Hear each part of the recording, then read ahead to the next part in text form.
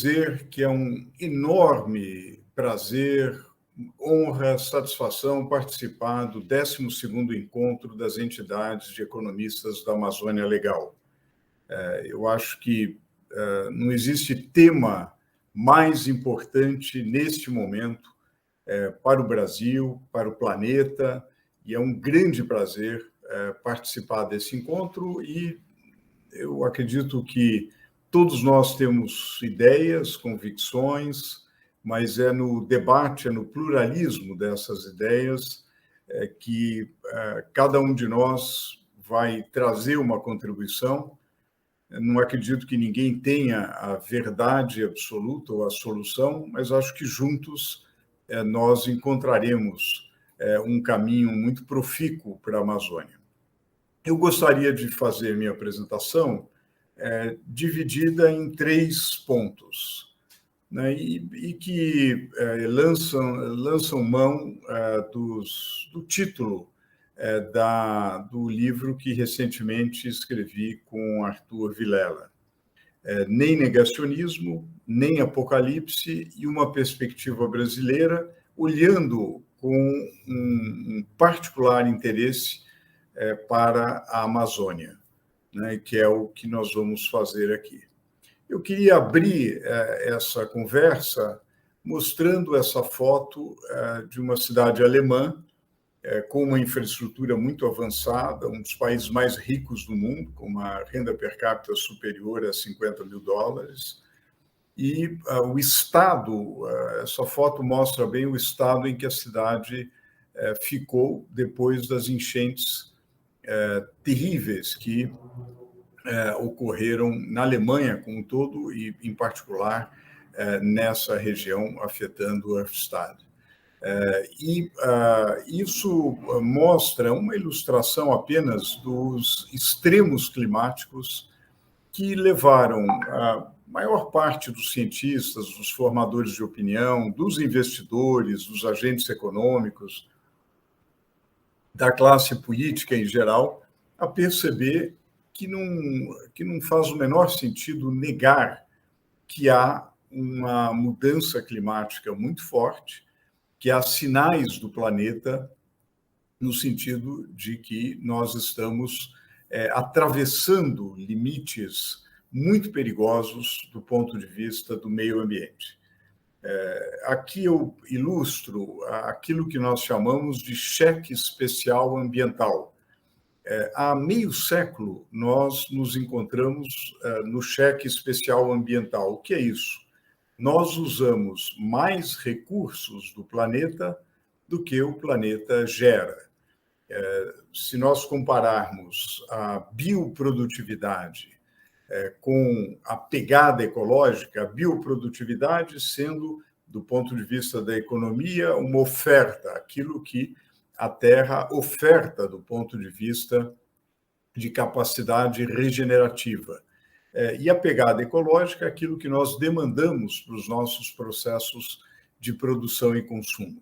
Ora, há meio século, como indica essa faixa, essa área vermelha, há meio século aquilo que nós demandamos supera aquilo que a Terra tem capacidade de regenerar. A cada ano existe o chamado Dia da Sobrecarga da Terra, a partir do qual nós entramos justamente nesse cheque especial. Em 2020, quando diminuíram as emissões de carbono em função da terrível pandemia e crise mundial, esse dia da sobrecarga foi um pouco mais tarde, em 22 de agosto. Já nesse ano de 2021, em que as economias estão em recuperação, esse dia ocorreu em 27 de julho. Portanto, desde final de julho, nós estamos no cheque especial. Estamos no cheque especial aqui em agosto, setembro, outubro, nesse mês de novembro, e vamos ter, portanto, 5 meses, contando com o próximo mês, de sobrecarga no planeta. Isso abre uma dificuldade muito grande e coloca em risco uma série de sistemas muito delicados, que são os sistemas que dão o capital natural, que garantem a vida na Terra. Em média, o nosso padrão de produção e consumo precisaria 1,7 planeta Terra, ou seja, 70% a mais daquilo que o planeta tem capacidade de ofertar. Então, realmente, é uma situação bastante dramática. Se nós, como país em desenvolvimento, se o Brasil quiser pensar, bom, mas qual é a trajetória que nós queremos seguir, muitas vezes a gente ouve, bom, os países hoje maduros queimaram suas florestas. Eu pergunto, bom, mas e daí? Não é porque eles queimaram as florestas, porque eles destruíram o capital natural, que nós devamos ou possamos seguir a mesma trajetória. A verdade é que nós não podemos. Se o planeta inteiro quiser viver com o padrão de produção e consumo da Austrália, nós precisaríamos mais de 5 planetas. 5 planetas no caso dos Estados Unidos, cerca de 3 no caso da Alemanha, 2 no caso da China e quase 2 no caso do Brasil. Ou seja, é impossível que o planeta inteiro viva o modo de produção e consumo das principais economias do mundo. Então, nós precisamos procurar outro modo de produção e consumo. Nós precisamos inovar. E a Amazônia tem um papel central na inovação e na alternativa de um caminho sustentável. Se nós não tomarmos medidas concretas, se nós não alterarmos essa trajetória, nós teremos problemas graves. Aqui nessa foto, nós vemos o ministro de Relações Exteriores de um pequeno país chamado Tuvalu, na verdade, uma pequena ilha, discursando na COP26, que ocorreu há pouco em Glasgow, na Escócia. Ele está discursando da água, simbolizando o fato de que Tuvalu é um dos países condenados a submergir com o aquecimento global, caso não sejam tomadas providências muito enérgicas. Algumas projeções sobre o impacto econômico do aquecimento global são assustadoras. E aqui eu não estou me referindo a organizações que naturalmente respeitamos, mas são organizações conhecidas como organizações ambientalistas, como o Greenpeace.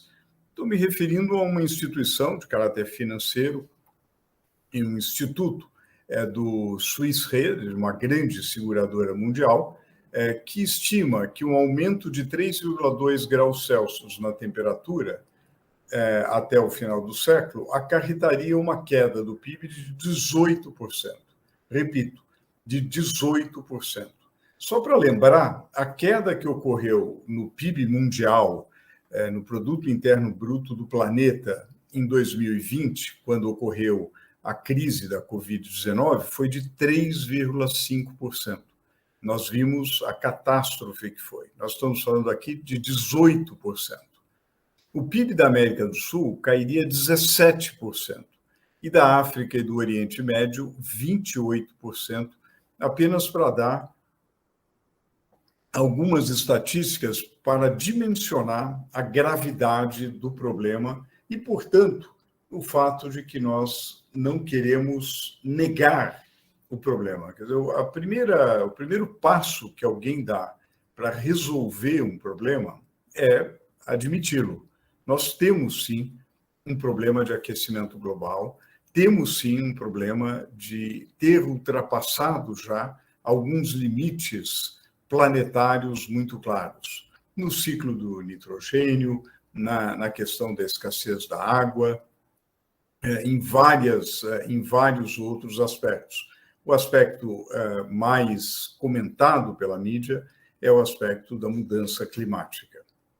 Essa parte, esse primeiro ponto, meus amigos aqui das entidades que organizam esse encontro tão importante, esse é um primeiro tema do nem negacionismo. Eu queria passar agora para nem apocalipse. Esse é um quadro de um pintor russo, Viktor Vaznetsov, do final do século XIX, que pintou os 4 cavaleiros do Apocalipse. Muitas vezes a questão ambiental é colocada como uma questão que exige uma mudança radical. Eu quero dizer que, não negando o problema da gravidade da crise ambiental, nós devemos entender que a transição precisa ser gradual. Antes, no primeiro tópico, nós falamos do negacionismo, nós falamos do tempo da natureza. E a natureza é impaciente, nós precisamos trabalhar, mitigar e adaptar e mudar em vários aspectos o modo de produzir e de consumir. Agora, nós temos que considerar os tempos da economia e os tempos da política, e entender que algumas mudanças precisam ser graduais. Elas precisam se endereçar nos grandes problemas ambientais, os grandes problemas climáticos, porém, precisam levar em conta a questão, a importância do gradualismo, pelas razões que eu vou procurar falar nesse segundo item. Enfatizar que o tempo da economia exige gradualismo. Vejam, numa primeira foto que nós vemos nesse quadro, nós vemos as manifestações que foram extremamente numerosas e algumas delas até violentas na França contra um imposto que o governo francês, governo do presidente Macron, queria estabelecer na época, um imposto para a questão ambiental. E isso gerou inúmeros protestos. A gente tem que levar em consideração que a mudança do modelo econômico requer algumas mudanças que acarretam perdas e ganhos. E os setores perdedores protestam e têm um espaço na política importante. Portanto, essas mudanças precisam ser muito bem negociadas e compreendidas pelas sociedades.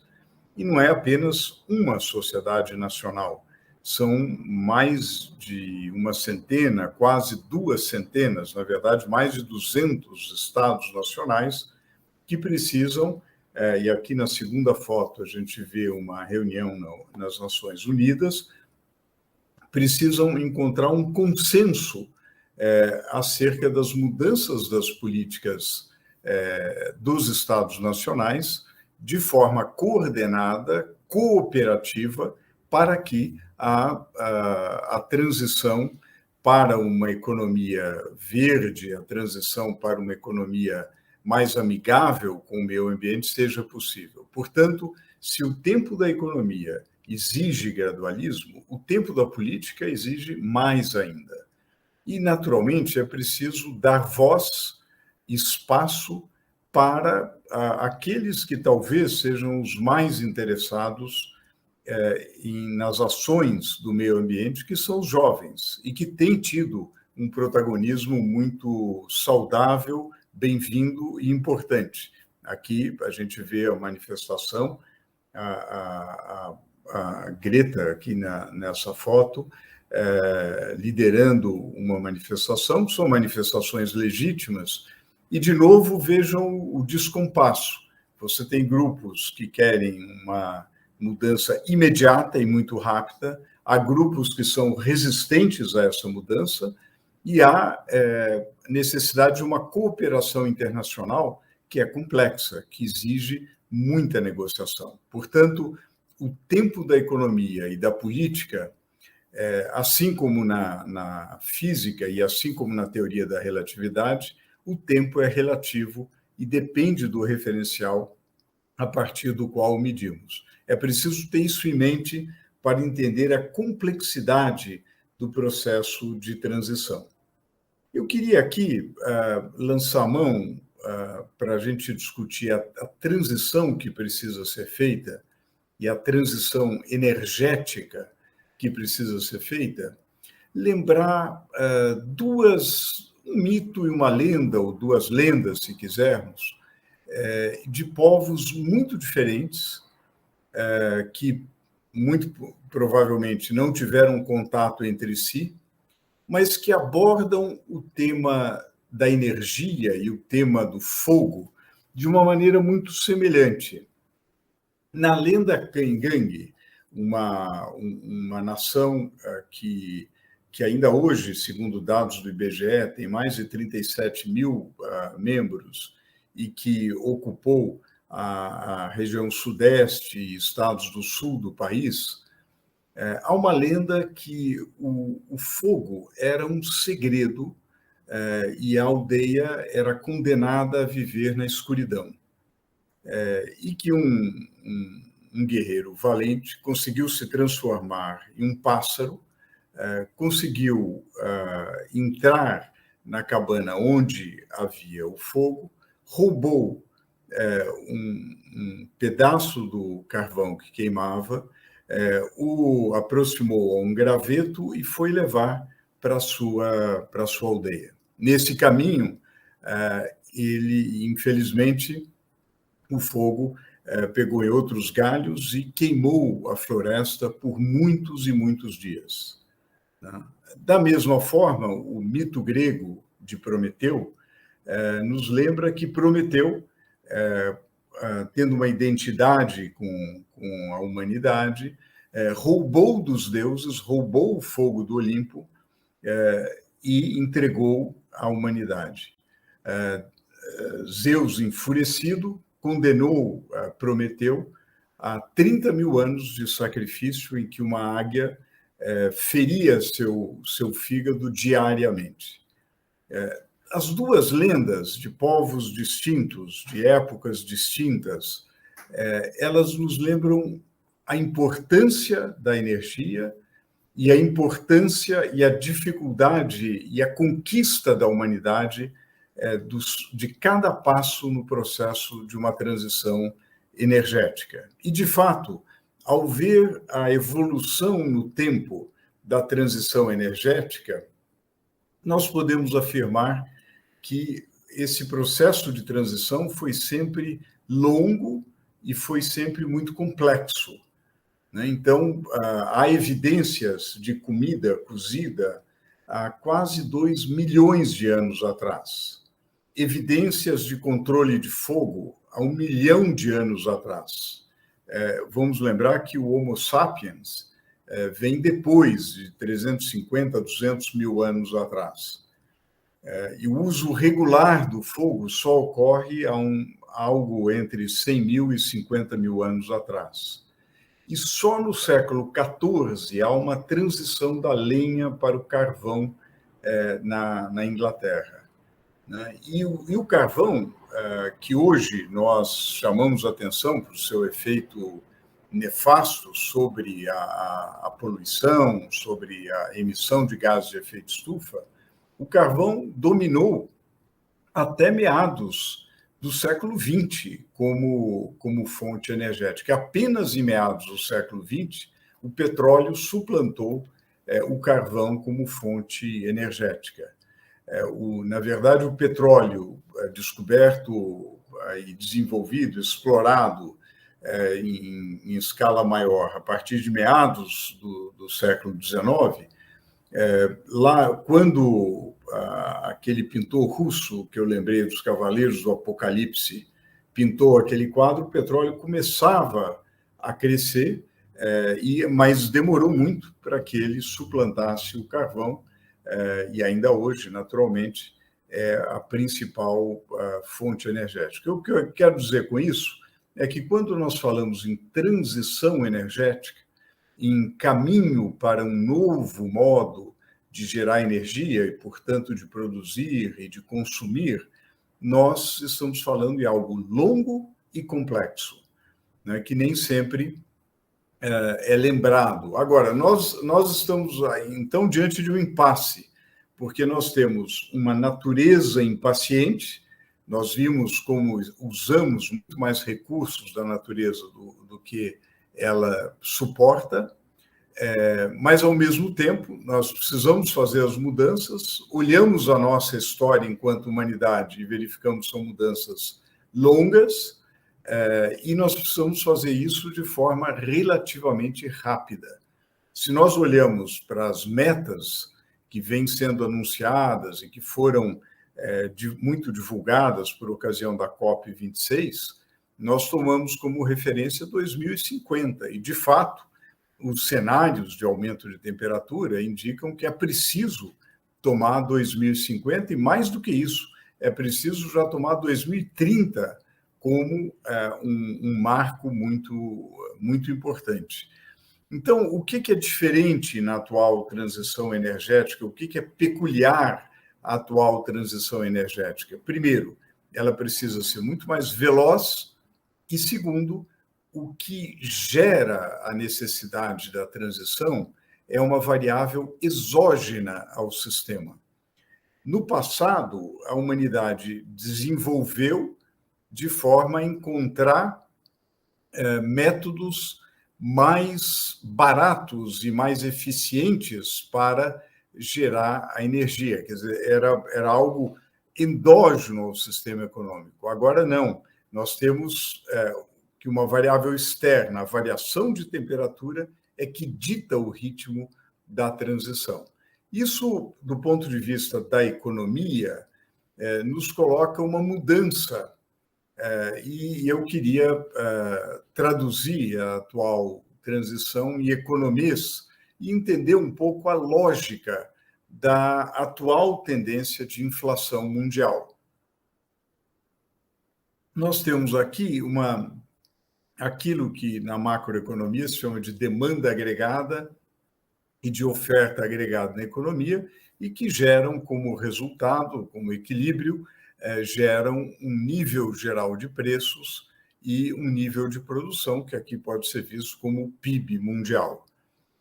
O que ocorre nas transições passadas, o que ocorreu, foram invenções, inovações que nos levaram a gerar energia com um custo menor, né? Pelo menos com um custo internalizado menor. Isso pode ser representado com um movimento para a direita da oferta agregada e consequente redução no índice geral de preços. O advento do petróleo como fonte energética abriu caminho para vários novos produtos e novas cadeias produtivas, e a produção daquilo que era feito a um custo mais baixo, né, permitindo um aumento da oferta a um preço menor. O que nós observamos na transição energética que nós temos pela frente, que temos que empreender, é algo distinto. Para não permitir que a temperatura aumente até o final do século em mais de 1,5 graus Celsius, e esse compromisso é muito importante, os cientistas nos lembram que esse ponto é fundamental para que não ocorram aqueles cenários devastadores, cenários tenebrosos, que, por exemplo, eu mostrei antes um cenário de aumento da temperatura de um pouco mais de 3 graus e um impacto de queda do PIB de 18%, nós precisamos novas fontes energéticas, uma rápida mudança, e isso acarreta um aumento do custo da energia.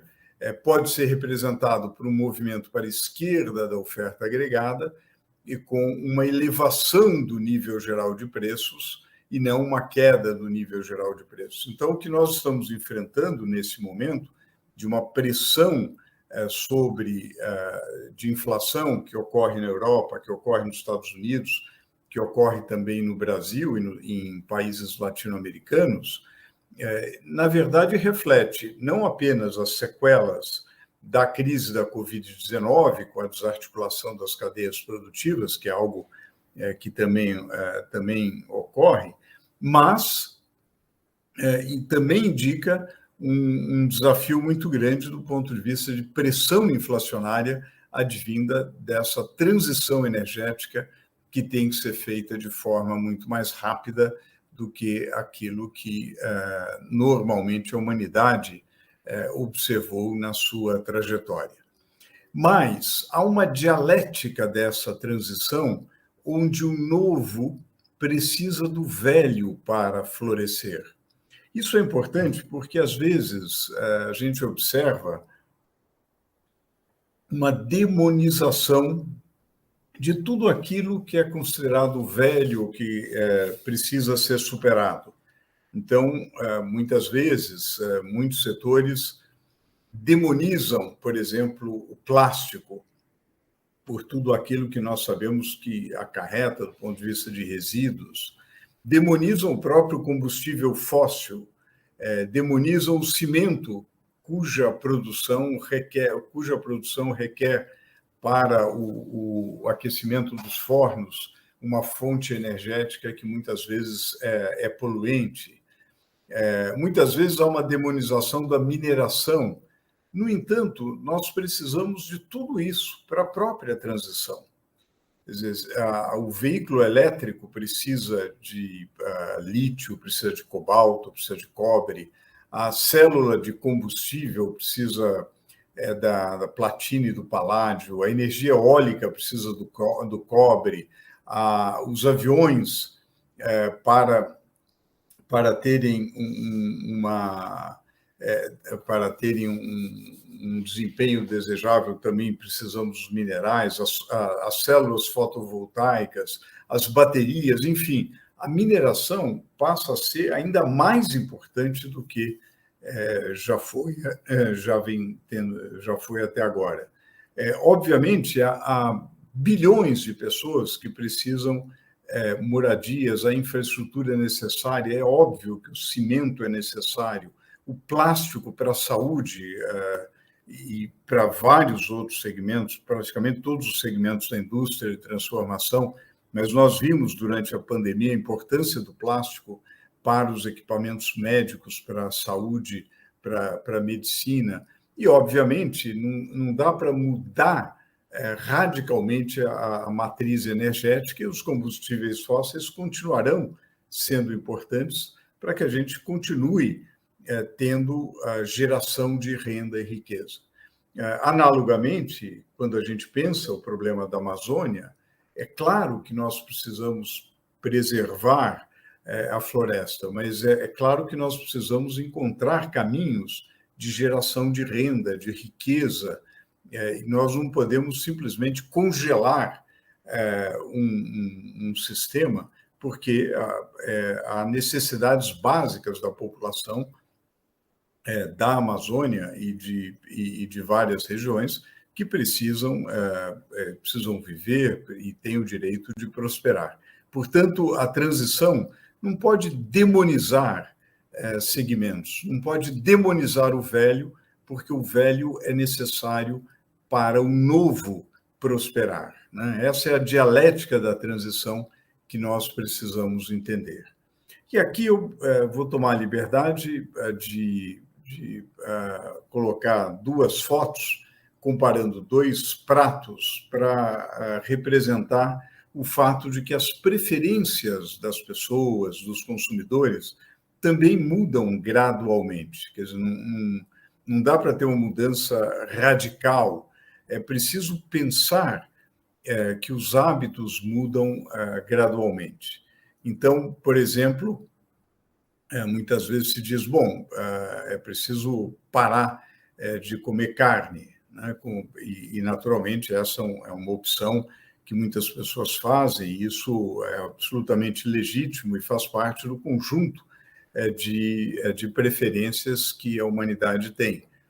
Mas seria difícil imaginar passar, por exemplo, de 100 gramas de carne bovina, né, de um prato normal, com 20% de proteína, um prato conhecido do brasileiro, de várias regiões. Eu sei que na região amazônica há muitas outras alternativas e os peixes maravilhosos oferecem também uma qualidade proteica fantástica.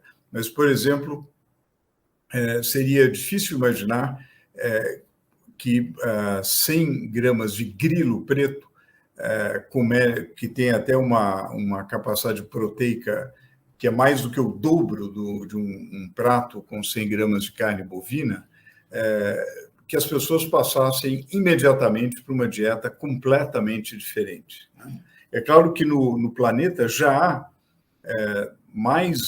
quase 2 bilhões de pessoas que comem insetos, e há milhares de espécies de insetos que servem como comida, mas essas mudanças são mudanças graduais. Tudo isso para dizer da complexidade da mudança, né?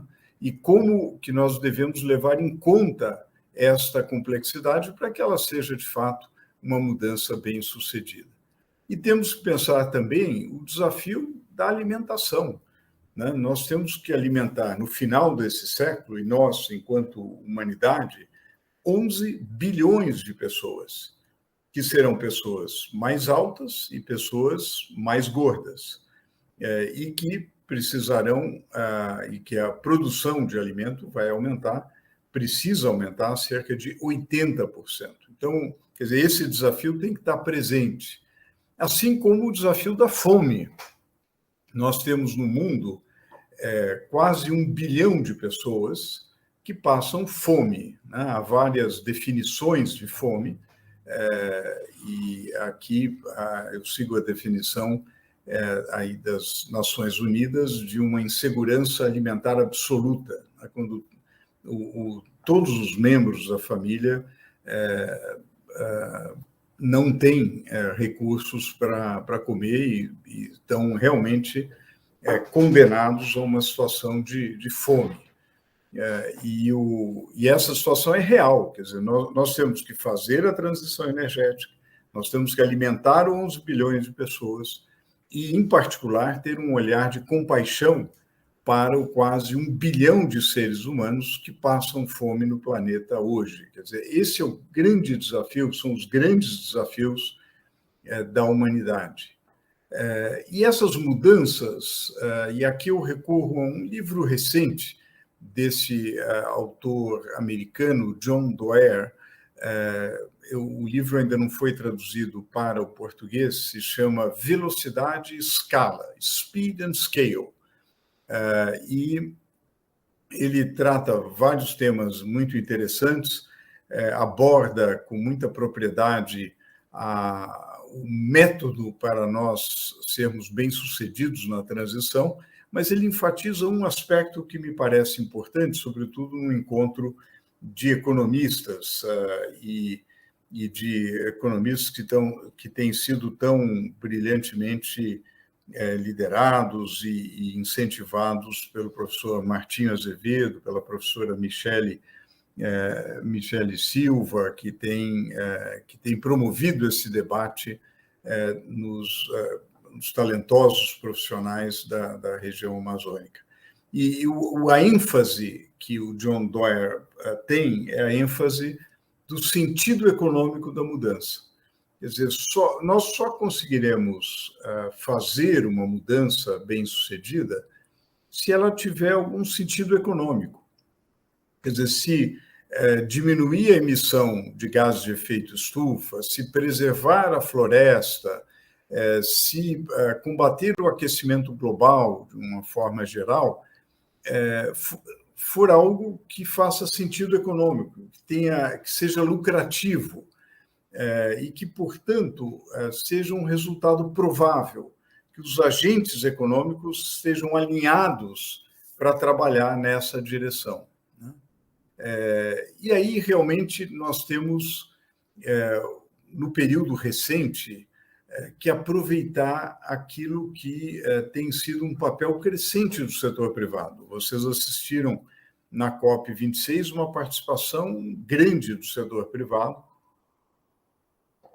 participação também grande de várias regiões, de vários estados do Brasil, e é preciso que a gente trabalhe nessa direção. Chamaria aqui a importância dos incentivos econômicos, né? Então, por exemplo, do ponto de vista da Amazônia, é muito importante que haja incentivo econômico para concessões florestais. As parcerias são muito importantes. O que nós observamos é que o Estado precisa ter todo o reforço de fiscalização, precisa ter as ferramentas de comando e controle, precisa reforçar muito os órgãos de fiscalização, ser muito rigoroso nesse sentido, mas, ao mesmo tempo, precisa haver o incentivo econômico para isso. As parcerias público-privadas para a preservação da floresta são um caminho a ser trilhado. Infelizmente, elas ainda não decolaram no Brasil. Há várias hipóteses por que elas ainda não decolaram, e certamente uma delas diz respeito ao problema que você tem enquanto você tiver o círculo perverso da grilagem e áreas que são ilegalmente desmatadas. Obviamente, fica muito difícil que a atividade de preservação da floresta seja atraente. Mas há uma grande oportunidade na medida em que investidores, tanto no mercado internacional quanto no mercado nacional, estão cada vez mais propensos a fazer investimentos no chamado ESG, que é a sigla em inglês para Environment, que é meio ambiente, Social Responsibility, responsabilidade social, e Governance, governança. Então, esses aspectos de ESG têm se transformado em algo muito importante. Os principais fundos de investimento do mundo, o BlackRock é o exemplo mais frequente citado, tem dado grande importância ao ESG. E isso, obviamente, atrai fundos que estejam dispostos a investir em projetos de sustentabilidade sérios, robustos, que robusteçam a economia amazônica.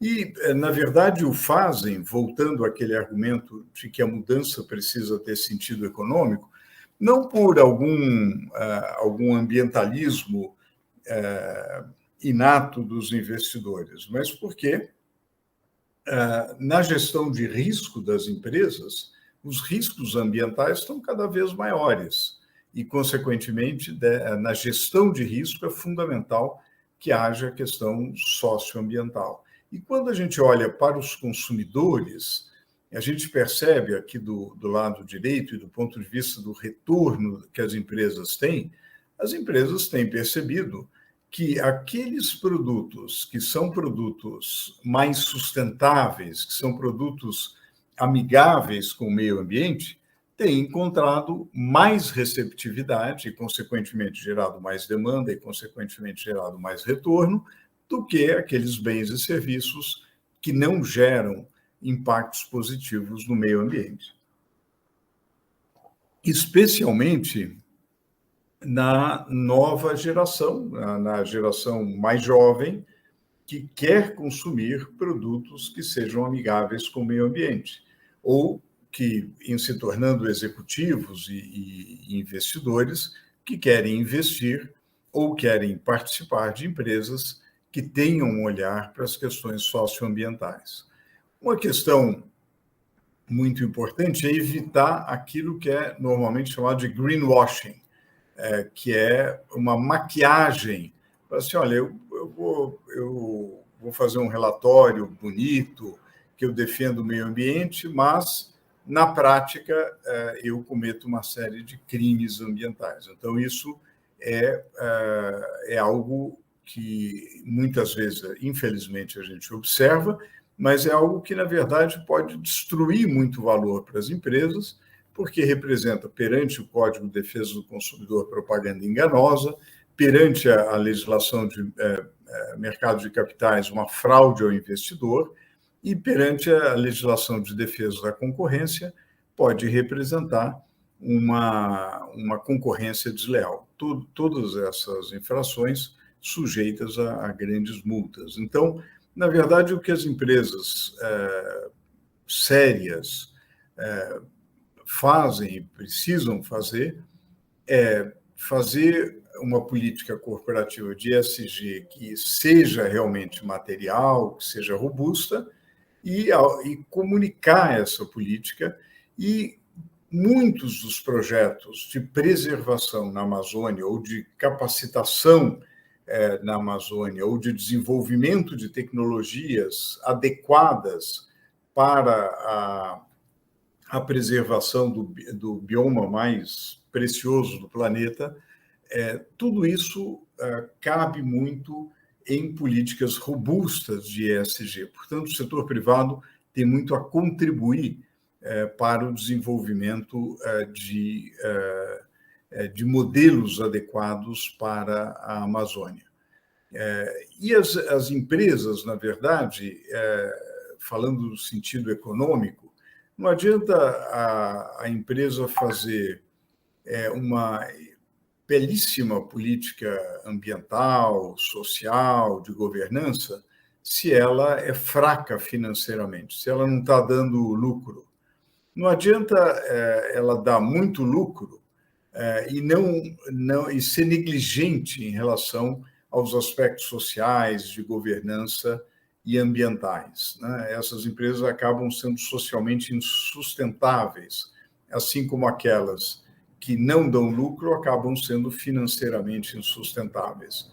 As empresas, na verdade, que são bem-sucedidas são aquelas que dão lucro e que têm uma política de alta sustentabilidade, né? E, portanto, são aquilo que alguns autores chamam de empresas alinhadas com o seu propósito.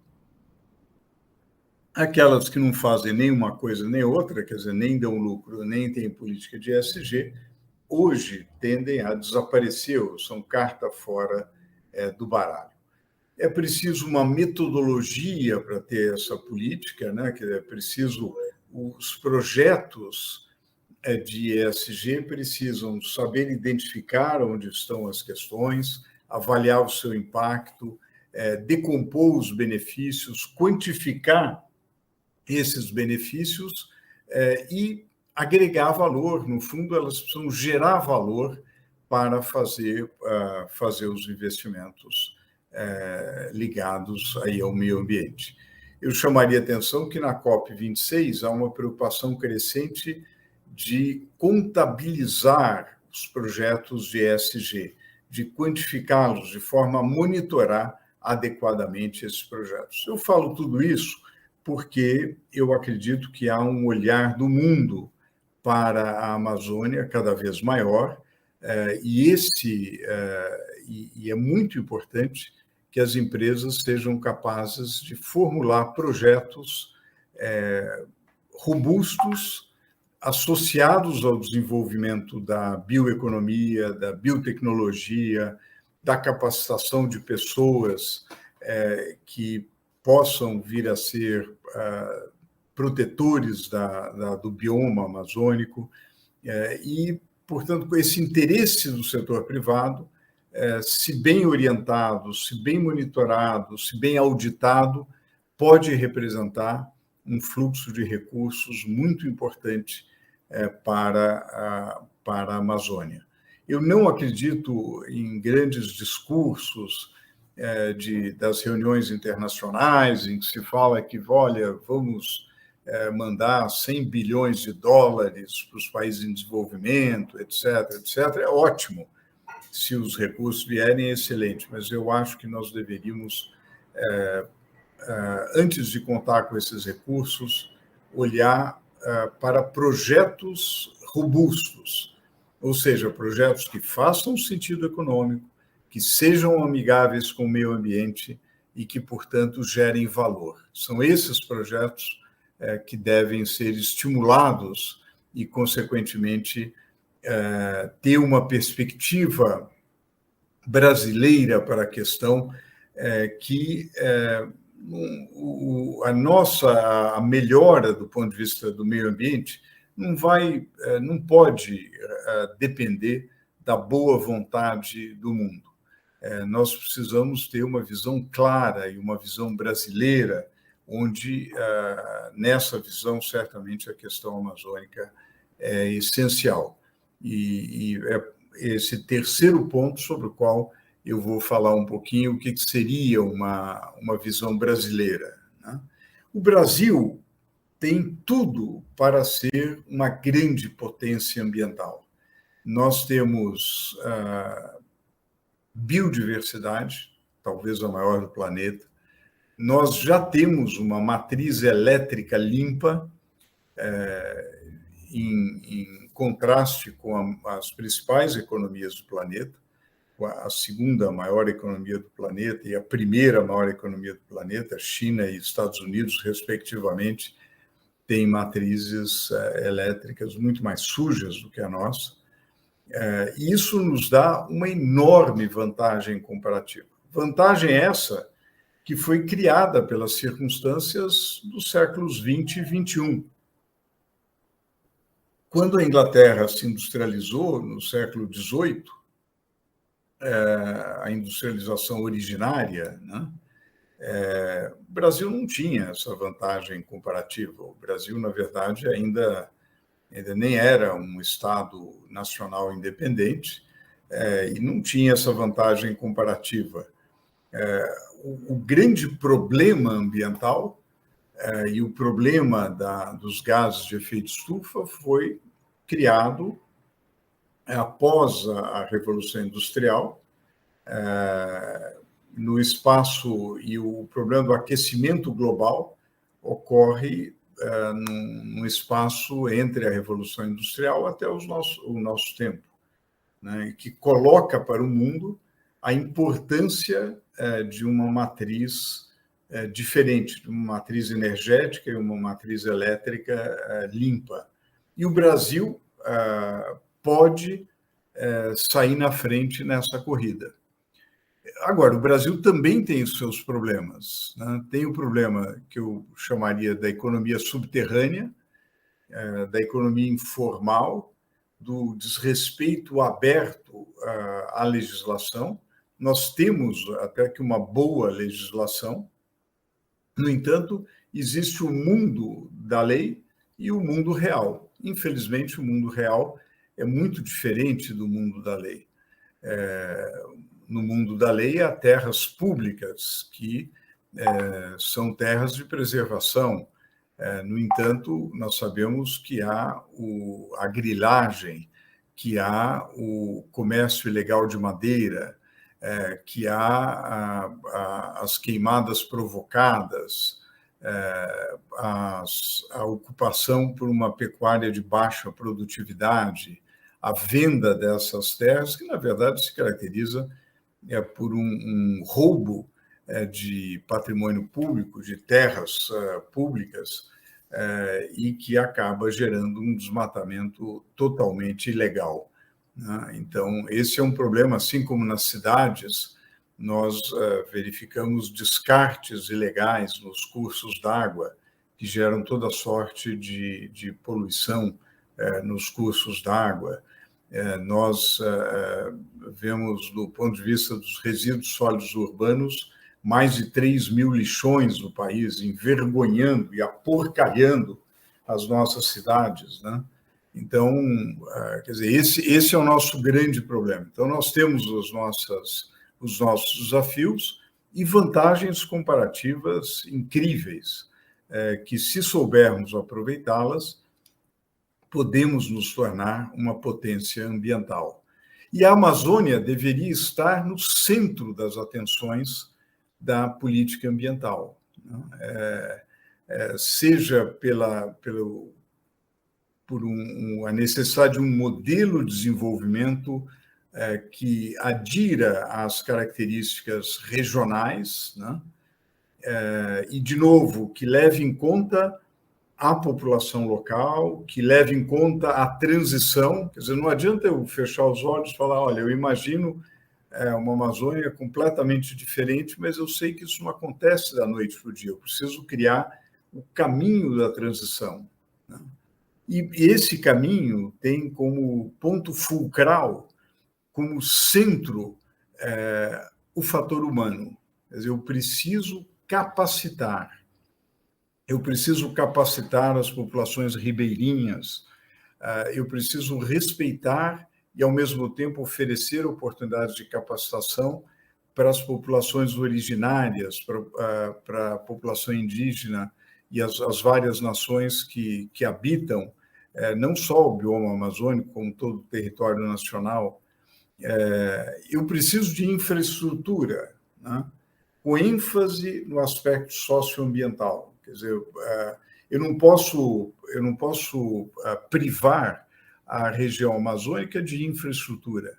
Quer dizer, não é evidente que há desafios enormes na construção de uma ferrovia, né? Mas eu não posso privar a população de um transporte de carga, que inclusive é um transporte muito importante e ambientalmente muito melhor do que outros modais. Mas mesmo o modal rodoviário, ele também é importante. Então, eu preciso ter a infraestrutura e, ao mesmo tempo, levar em consideração os aspectos socioambientais, né? E eu preciso lançar a mão e tirar vantagem dessa enorme biodiversidade e criar na Amazônia um grande hub mundial de bioeconomia e biotecnologia. E para isso eu preciso de inovação.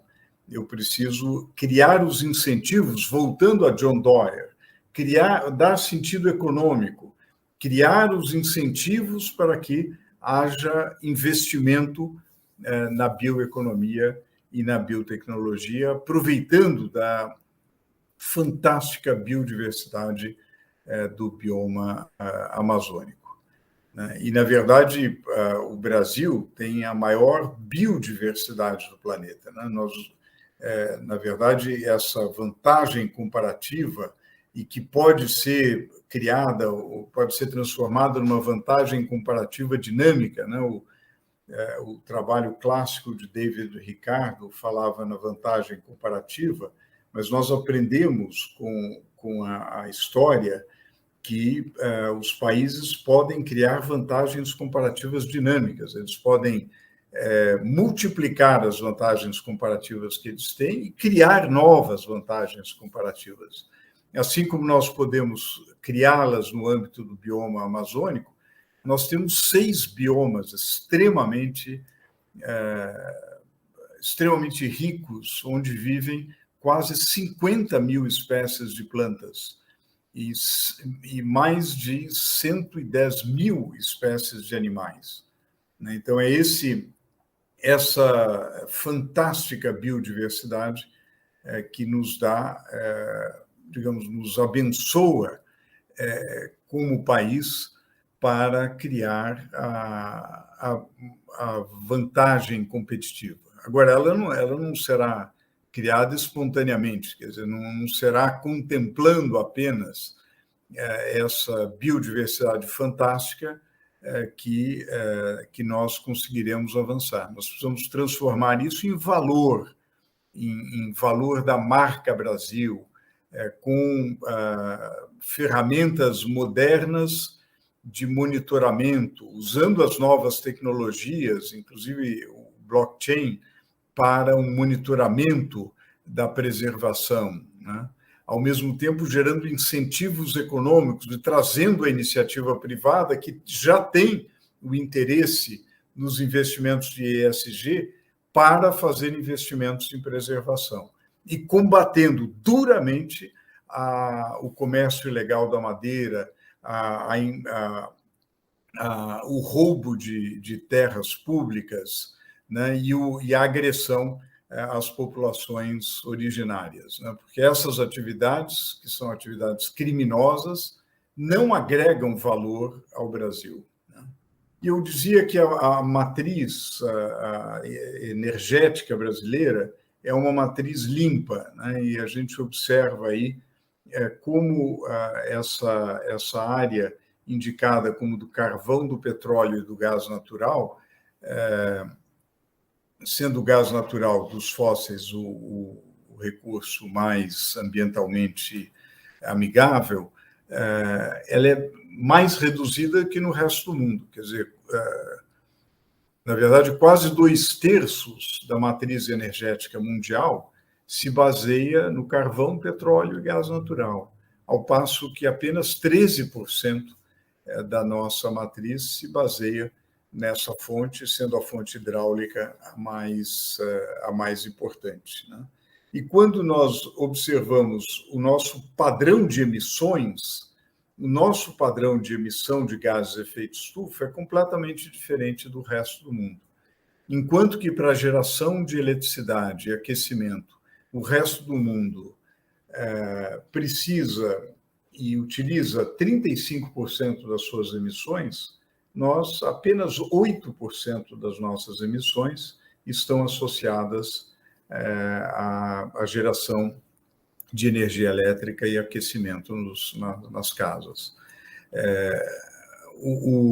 Em contraste, o nosso problema reside na agricultura, porque somos, como vamos ilustrar daqui a pouco, uma potência agro, e na mudança do uso do solo, né? E aí reside um grande problema, que é o problema do desmatamento, né? Que, como nós vimos no último dado do PRODES, infelizmente, desde 2012, é um problema com tendência crescente.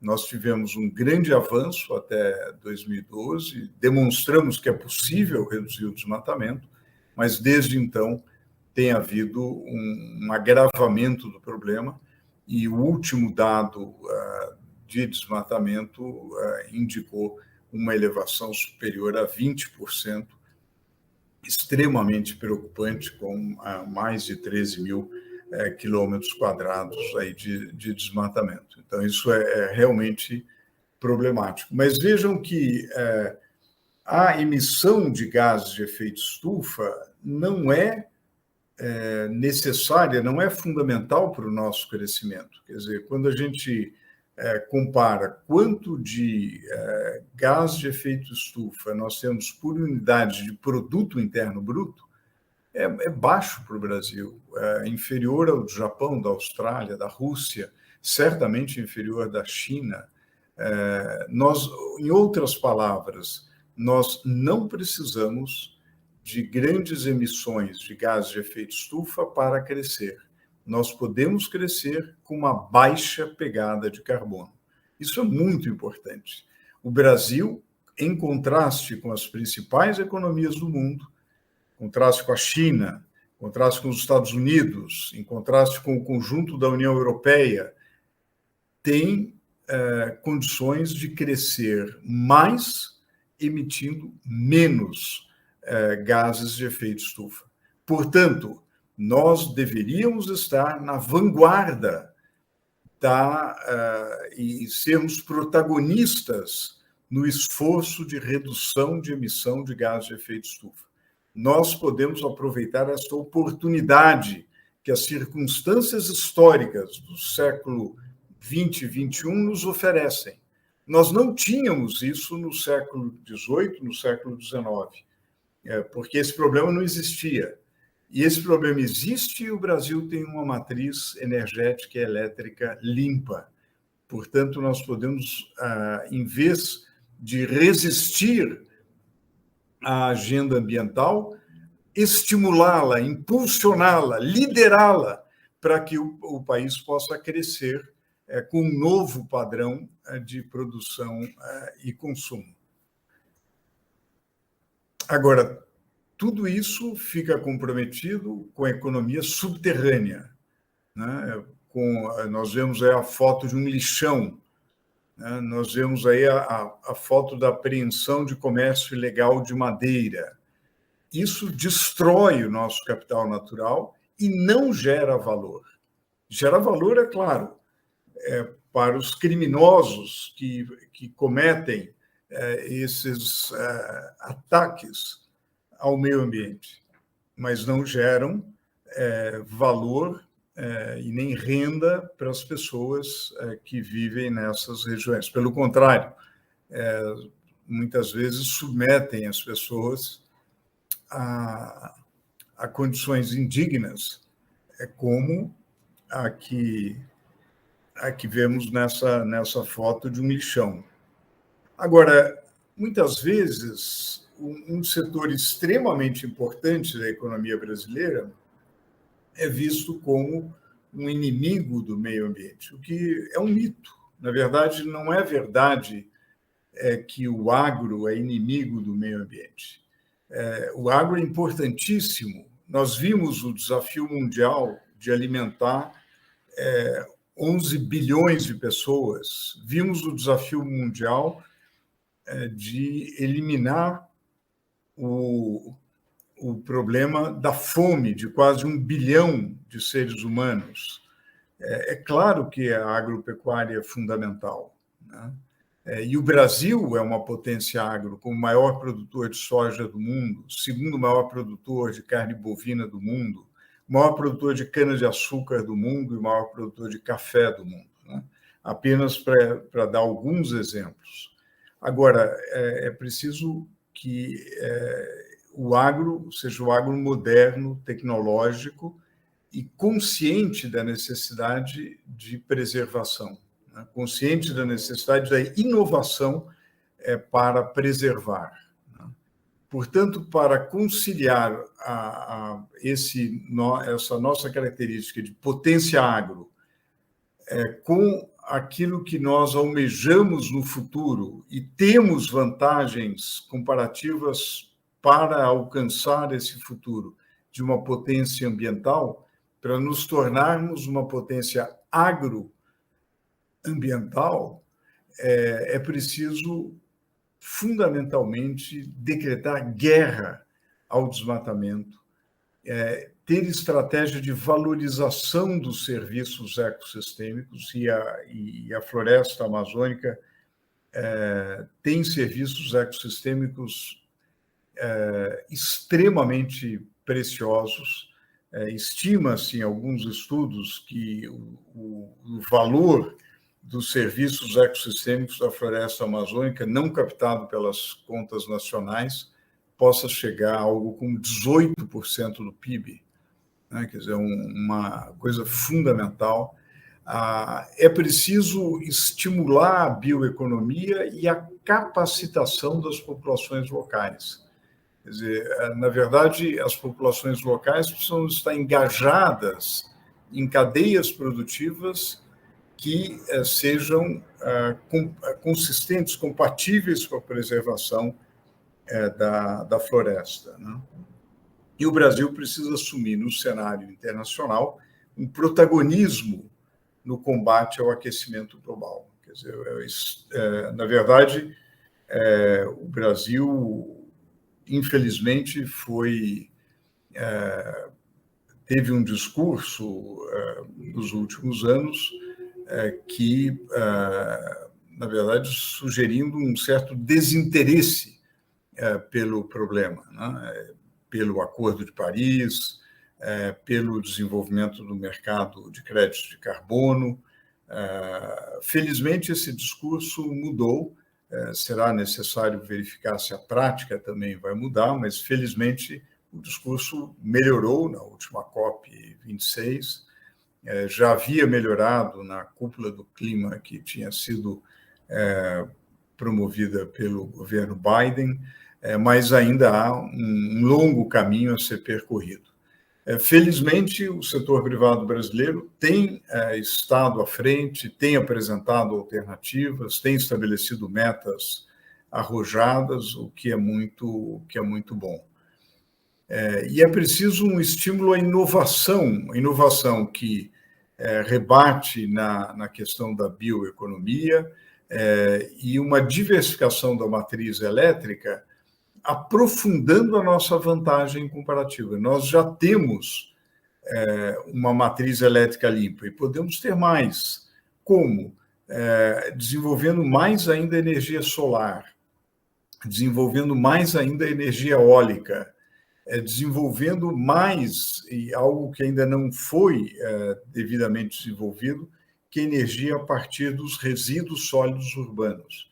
De um lado, o Brasil tem avançado no saneamento básico, que é fundamental para o meio ambiente, tem avançado em água, em esgoto, precisa avançar mais rapidamente no manejo dos resíduos sólidos urbanos e na drenagem, e como estratégia do manejo de resíduos sólidos urbanos, tem que avançar muito na geração de energia, né? E isso pode melhorar ainda mais a limpeza da nossa matriz elétrica e permitir ao Brasil que contribua de forma decisiva para dois grandes desafios mundiais: o combate à fome e o combate ao aquecimento global.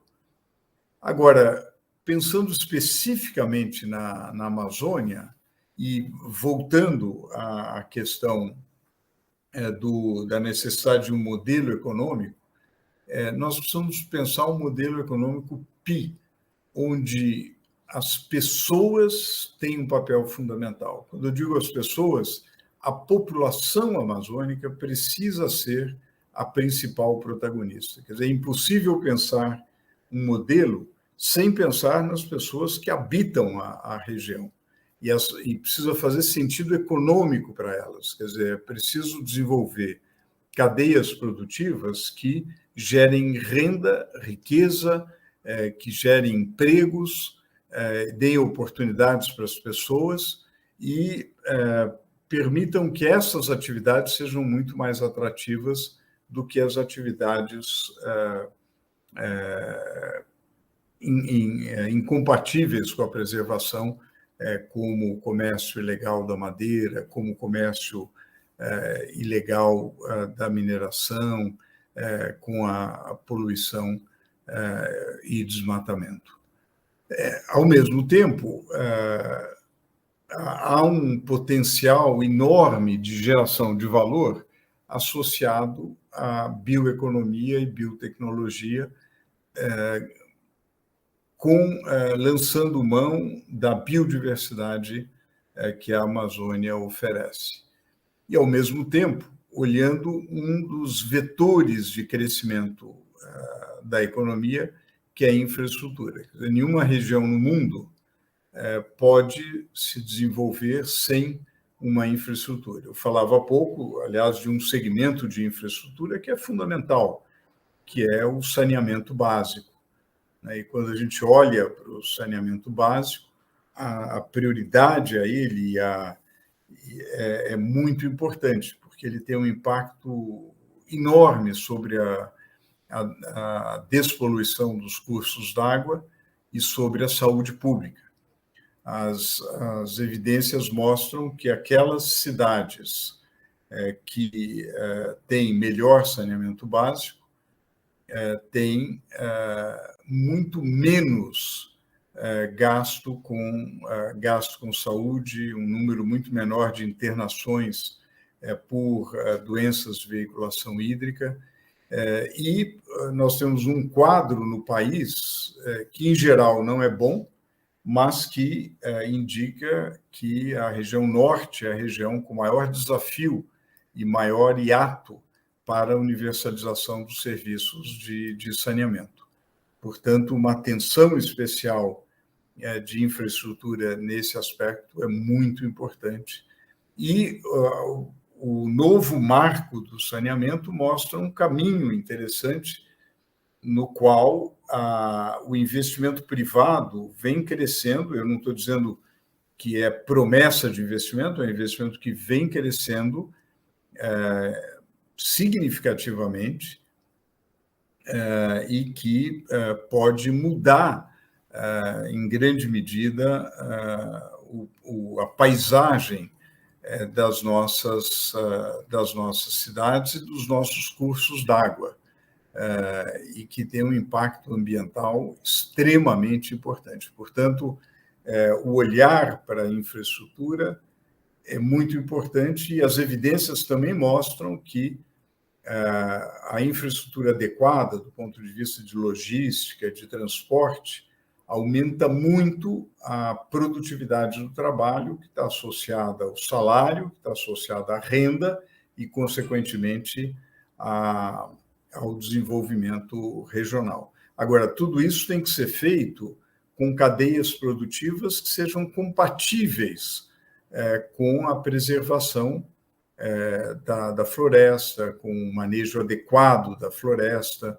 E o exemplo do saneamento é interessante porque ele mostra que você pode trazer a iniciativa privada para investir nessas cadeias, mas para isso é preciso regras estáveis, é preciso combater a economia subterrânea. Eu não posso esperar que uma parceria público-privada para a preservação de floresta funcione se no terreno vizinho há comércio ilegal de madeira, há desrespeito a desmatamento ilegal, etc., e que, naturalmente, vai tornar o meu investimento inviável. É preciso realmente conciliar essas atividades e a forma de fazer isso é o combate à economia subterrânea. Eu queria, nas palavras da Rosemary Maria, uma das lideranças que eu aprendi a admirar na Fundação Amazônia Sustentável, eu queria, com as palavras dela, lembrar esse aspecto do fator pessoal, da importância das pessoas e das populações locais para o sucesso do modelo econômico. Hoje eu venho trazer, né, essa preocupação nossa de como que era no antes, né, quando não havia essa preocupação, né, de lidar com a questão da retirada da matéria-prima, né, porque nós temos diversas empreendedoras que trabalham com diferentes temas, nós temos agricultoras que trabalham na roça, que plantam mandioca, que tiram seus derivados, né, dessa produção. Temos mulheres que nas suas roças, elas plantaram, estão trabalhando com a questão de árvores frutíferas, né, da região, né, com preocupação de agroflorestais, né, não só com a questão de monocultura. Ou seja, é preciso olhar... Hoje eu venho trazer, né, essa preocupação nossa de como que era no antes, né, quando não havia essa preocupação, né, de lidar com a questão da retirada da matéria-prima, né, porque nós temos diversas empreendedoras que trabalham com diferentes temas, nós temos agricultoras que trabalham na roça, que plantam mandioca, que tiram seus derivados, né, dessa produção. Temos mulheres que nas suas roças, elas plantaram, estão trabalhando com a questão de árvores frutíferas, né, da região, né, com preocupação de agroflorestais, né, não só com a questão de monocultura. Então, o que nós queremos sugerir nesses 3 pontos que nós desenvolvemos, primeiro, que a gente não pode negar que existe um problema ambiental seríssimo, um problema que não é apenas o problema do aquecimento global, mas que tem no aquecimento global talvez um foco muito importante. E para resolver esse problema, a primeira e básica coisa a fazer é não negá-lo. Segundo, que nós precisamos entender a complexidade da transição. Eu chamei a atenção para como os hábitos dos consumidores mudam gradualmente, como a formação das coalizões políticas são difíceis no âmbito de um Estado nacional, como é mais difícil ainda fazer coalizões internacionais que permitam a cooperação e a coordenação. Por exemplo, a Índia fala que só terá condições de ser carbono zero em 2070. A Índia tem uma grande dificuldade com a sua matriz elétrica. A China também tem uma grande dificuldade, um grande desafio. Não é fácil articular a cooperação internacional. O sistema multilateral é relativamente jovem. O sistema multilateral nasceu, na verdade, no pós-guerra, né? Na verdade,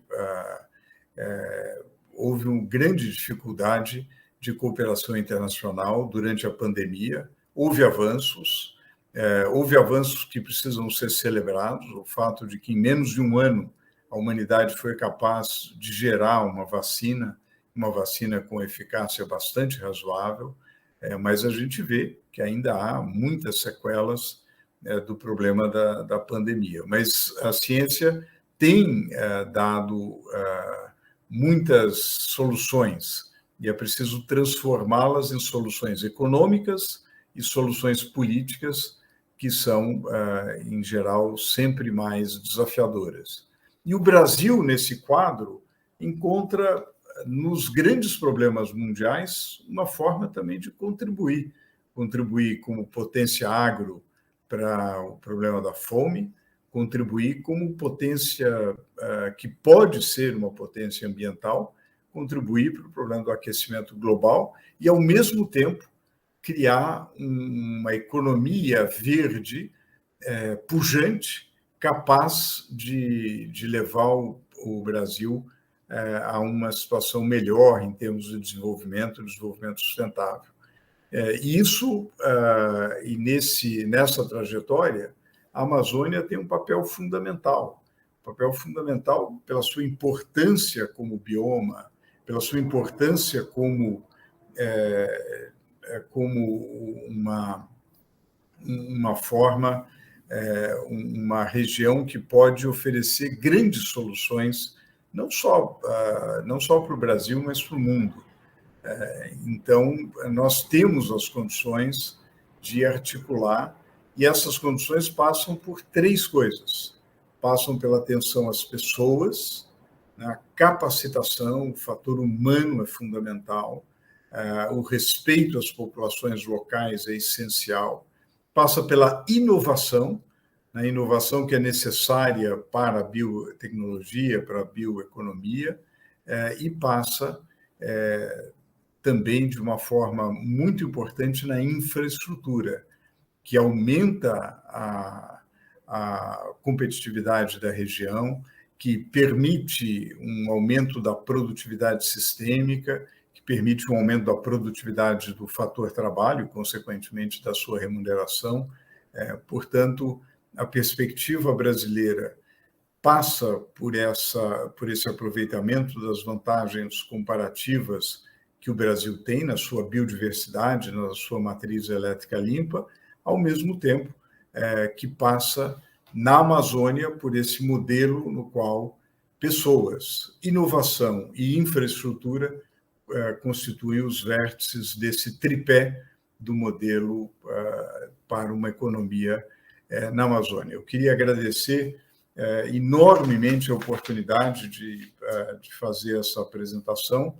É uma contribuição, uma modesta de certo, muito menos de um palestrante ou de um professor, muito mais de um aprendiz que quer aprender mais sobre a Amazônia, justamente para ajudar a disseminar esse conhecimento no resto do país, ao mesmo tempo que colaborar para que nós, juntos, possamos desenvolver um modelo adequado para o Brasil e para a Amazônia. Então, muito obrigado aos professores Martinho Azevedo, à professora Michele Aracati Silva e todos os organizadores e participantes dessa 12ª edição do Enem, onde tenho a honra, a satisfação de participar. Muito obrigado.